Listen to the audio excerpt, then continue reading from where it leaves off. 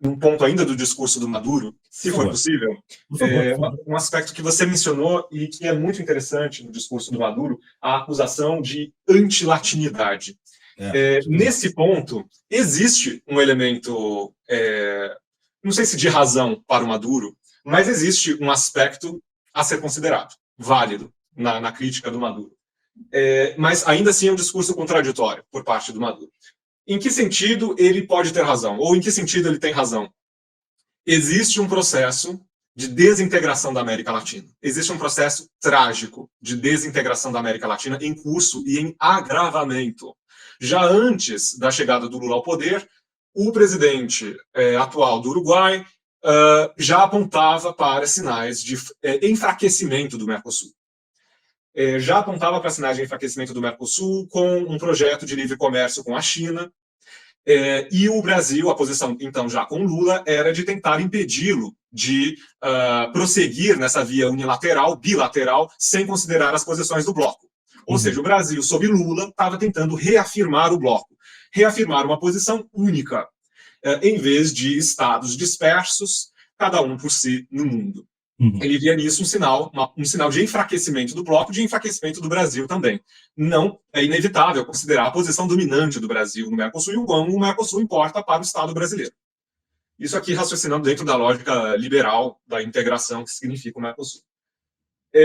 Então, já havia esse processo em curso. Com a eleição de Milei, eu não vou exagerar aqui dizendo que é dado um golpe de misericórdia para o Mercosul, mas é um enfraquecimento ainda mais duro para o bloco, para os processos de integração. O Lula foi eleito com esse projeto de retomar a integração latino-americana, de reforçá-la, que foi completamente abandonado por Bolsonaro, completamente abandonado por Temer e mesmo até mesmo por Dilma Rousseff.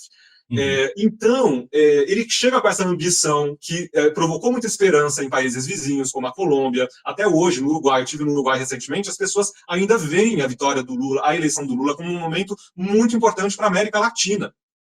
E aí vem o Milei e enfraquece duramente esse processo, não só pela via do Mercosul, mas também pelos BRICS, retirando o país, retirando a Argentina, revertendo esse processo de entrada da Argentina nos BRICS, que era um dos projetos do Brasil também.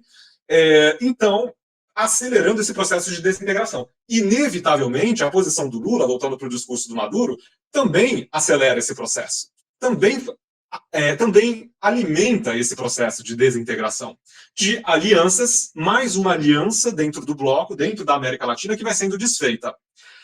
E o Brasil, sim, querendo ou não, pode cair numa posição de isolamento, não de isolamento, não, é exagerado falar em isolamento, mas em enfraquecimento no seu projeto de liderança. A vontade que o Brasil tinha de ser líder da América Latina vai sendo questionado na medida em que um aliado do presidente Lula corta um laço, e o próprio Brasil de Lula já vinha sendo criticado por outras lideranças de esquerda, como o Gustavo Petro da Colômbia, como o Gabriel Boric do Chile.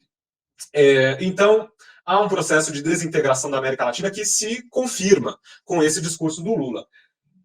Agora, o que é contraditório ao mesmo tempo no discurso do Maduro é que o próprio Lula, na verdade, estava engajado numa via de integração com a própria Venezuela. Dentro de toda essa pressão sobre a Venezuela, o Lula se reuniu com Maduro e com a Colômbia para uma transição democrática. Também com os Estados Unidos, com a França, com o México, para tentar viabilizar uma solução democrática para o país que contemplasse as urnas e contemplasse o destino do Maduro, para que ele não fosse preso quando saísse, quando eventualmente deixasse o poder, caso fosse derrotado nas urnas. Então, qual foi a resposta do Maduro? Foi uma resposta de não confiança. Ou seja, a palavra que ele deu para o Brasil de Lula não foi respeitada. Então, quem é que está com atitude de anti-latinidade?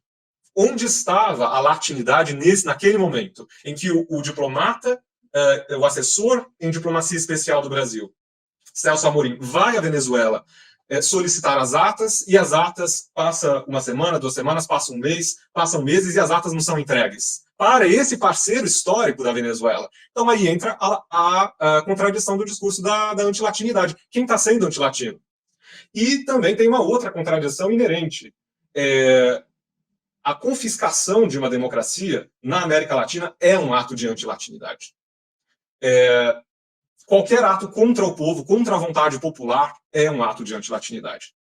Então, aí está, ao meu ver, a contradição do discurso do Maduro. E chamar o Brasil de irracional é uma qualificação que eu acho inaceitável, que reproduz, na verdade, um discurso colonial. Nós somos acusados, frequentemente, dentro do modelo da racionalidade europeia, colonial, do mundo, como o lugar da irracionalidade. Então, nos qualificar dessa maneira no cenário internacional no mínimo, uma reativação dessa retórica. Acho que é mais um discurso de desespero pela perda de um aliado de grande peso.